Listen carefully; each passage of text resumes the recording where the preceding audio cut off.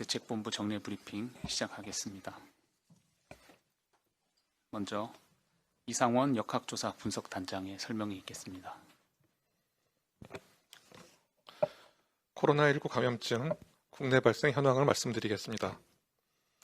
12월 17일 기준으로 국내 발생 신규 확진자는 993명이 확인되었고 해외 유입 사례는 21명이 확인되어 현재까지 총 누적 확진자 수는 46,453명입니다. 현재 12,209명이 격리 치료 중이시고 위중증 환자는 242명이십니다. 어제는 사망자가 22명 발생하였고 누적 사망자는 634명입니다. 삼가 고인의 명복을 빌고 유족께는 심심한 위로의 말씀을 드립니다. 전일 국내 주요 발생 현황에 대해서 설명드리도록 하겠습니다. 서울 구로구 요양병원과 관련하여 12월 15일 첫 확진자 발생 이후 접촉자 조사 중 20명이 추가 확진되어 현재까지 누적 확진자는 총 21명입니다. 서울 강서구 종교시설과 관련하여 접촉자 조사 중 13명이 추가 확진되어 현재까지 누적 확진자는 총 192명입니다. 경기 안양시 종교시설 두 번째와 관련하여 12월 14일 첫 확진자 발생 이후 접촉자 조사 중 15명이 추가 확진되어 현재까지 누적 확진자는 총 16명입니다. 충남 당진시 종교시설과 관련하여 접촉자 조사 중 당진 종교시설 관련으로 1명, 서산 기도원 관련으로 7명이 추가 확진되어 현재까지 누적 확진자는 총 119명입니다. 경북 구미시 가족모임과 관련하여 12월 14일 첫 확진자 발생 후 접촉자 조사 중 10명이 추가 확진되어 현재까지 누적 확진자는 총 11명입니다. 제주시 종교시설과 관련하여 12월 14일 첫 확진자 발생 이후 접촉자 조사 중 18명이 추가 확진되어 현재까지 누적 확진자는 총 19명입니다. 이외 발생에 대한 추가 자료가 필요하신 경우 브리핑 후 대변인실을 통해 이를 상세히 설명하여 드리도록 하겠습니다. 12월 1일 이후 현재까지 유행 특성에 대해서 설명드리겠습니다.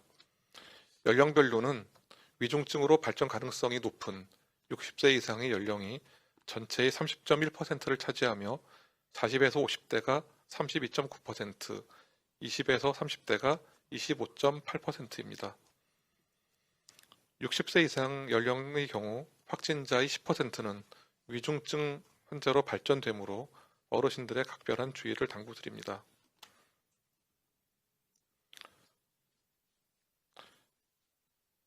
감염 경로별로는 개별 확진자 접촉에 의한 것이 43.2%, 집단 발생이 30.4%입니다.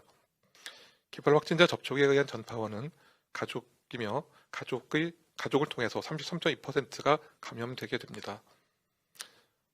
안타까운 일이지만 소중한 가정과 가족을 보호하기 위해서 한 번의 실천이 더 중요한 상황입니다.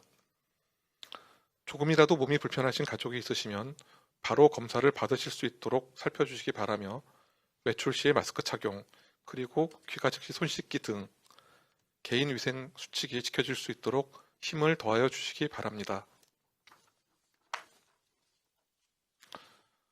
집단 감염의 경로는 연령별로 뚜렷한 특징이 있습니다. 60세 이상은 요양병원이나 요양시설에서 그리고 음식점을 통한 감염이 많습니다. 각각 18.2%와 5.6%를 차지합니다. 40에서 59세는 직장 그리고 종교시설과 관련된 감염이 많았습니다. 20세 이하에서는 교육시설 등 관련으로 한 환자 발생이 상대적으로 많았습니다.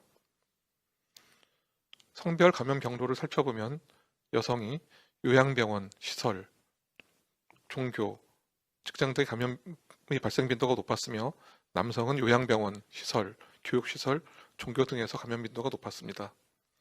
구체적인 내용은 보도자료를 참고해 주시기 바랍니다. 지난 4주간의 감염 경로를 살펴보면 12월 들어 요양병원과 시설에서의 감염이 뚜렷하게 증가하는 추세입니다.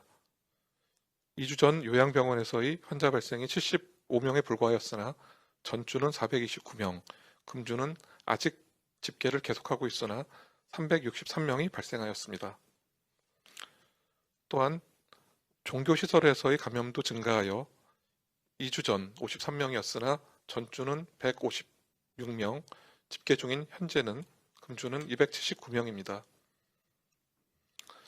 한편 지인 모임을 통한 감염은 감소하여 2주 전 163명이었으나 전주 141명, 금주 10명입니다.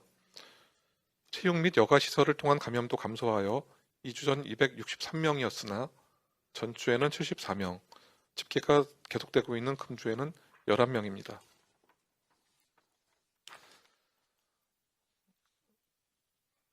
어려운 여건 중에서도 유행 차단을 위해 노력하여 주신 국민 여러분께 진심으로 감사의 말씀을 드립니다. 또한 현재의 진단검사에 대해서 말씀드리겠습니다. 이미 여러 번 알려드린 바와 같이 진단의 표준검사법은 비인두 PCR 검사법입니다. 가장 민감도와 정확성이 높은 검사법으로 전 세계적으로 사용되지만 검체 채취가 어려운 한계가 있습니다. 검체 채취는 의료인이 아닌 일반인이 시행하기에는 어려운 검사입니다. 소변을 통한 임신 검사나 당뇨 검사처럼 간단한 검체 채취 과정이 아닙니다. 일반적으로 오해되는 것처럼 코로나19 검체 채취는 콧구멍을 통하여 채취하는 것이 아닙니다. 콧구멍을 지나 입천정과 평평한 각도로 면봉을 깊이 밀어넣고 하비갑계 중하부에서 분비물을 긁고 또 몇 초간 분비물을 흡수할 수 있도록 시간을 두어 채취합니다. 이 검체 채취 부위는 매우 민감하여 사람에 따라 통증이 따를 수 있으므로 자가 채취와 검사가 어렵습니다. 자가 채취는 검체의 신뢰성을 보장할 수 없으며 출혈 등의 사고를 일으킬 수도 있습니다. 또한 검사 결과를 판독하는 데에도 일정한 훈련이 필요합니다. 검체 채취 절차는 PCR 검사와 신속항원 검사 모두 동일합니다. 다만 정확도는 PCR 검사가 가장 높아서 표준이 되었습니다. 따라서 이러한 검체 채취가 어려운 문제를 해결하기 위하여 비인두 검사보다는 조금 정확도가 낮지만 타액 검사를 통한 검사법을 선택할 수 있습니다. 신속항원 검사 또한 PCR보다 민감도가 낮습니다. 그러나 검사가 불가능한 응급실, 격오지 등의 환경이나 급하게 결과를 확인해야 되는 경우에는 유용하게 활용할 수 있습니다. 현재 수도권의 선별검사소를 확대 운영하고 있으며 의료진의 권고와 선택에 따라서 검사법이 결정될 수 있습니다. 이번 3차 유행이 본격화되면서 저희 방역당국에서는 신속하고 광범위한 검사 체계를 갖추고 지역사회 내 잠재된 환자를 빠르게 찾고 격리 치료하면서 감염 고리를 끊는 데 집중하고 있습니다. 진단검사 확대로 조기 진단 그리고 차단 전략이 성공하려면 가장 중요한 것은 국민 여러분의 자발적이고 망설임 없는 검사 참여와 또한 선별검사소 현장의 의료진 확보입니다.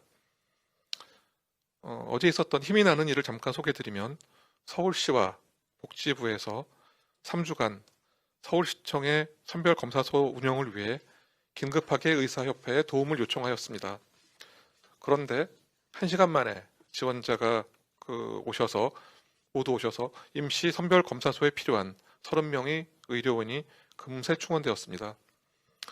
지원을 희망하셨다가 이미 마감되셨다는 얘기를 들은 의사분 중에서는 유사한 상황이 오면 언제든 먼저 연락을 달라며 파견을 희망하셨다고 합니다. 코로나19 감염 위험에도 아랑곳하지 않고 또 불편하고 추운 환경에도 불구하고 현장 파견을 지원해 주신 의사 선생님들 그리고 의사협회의 재난치료의료팀에 깊은 감사의 말씀을 드립니다. 적극적 검사와 무증상 감염자를 찾는 지금의 방역 대응에 의료진들께서는 너무나 든든한 버팀목이 돼주고 계십니다. 또한 이러한 적극적인 협력과 연대가 수도권의 무증상 감염자 68명을 조기 발견하는 결과로 이어졌습니다. 빠른 진단으로 추가 전파를 막아준 수도권 주민들의 자발적 검사에도 감사의 말씀을 드립니다. 그렇지만 그간 많은 노력에도 아직까지 유행은 쉽게 멈추지 않고 있습니다. 겨울이라는 계절적 요인과 연말연시라는 사회적 분위기도 유행 통제에 어려운 요인으로 작용하게 될 것입니다. 이미 한계를 넘는 과로를 감당하고 있는 전국의 수많은 의료진들, 그리고 보건요원들, 역학조사관분들께도 감사와 경의를 표합니다. 방역당국은 힘을 합하여 최선의 노력을 기울일 것이며 반드시 이 유행을 저지하도록 총력을 기울이겠습니다. 네, 지금부터 기자님들 질문에 답변 드리는 시간 갖겠습니다. 출입기자단으로부터 받은 질문 먼저 드리겠습니다.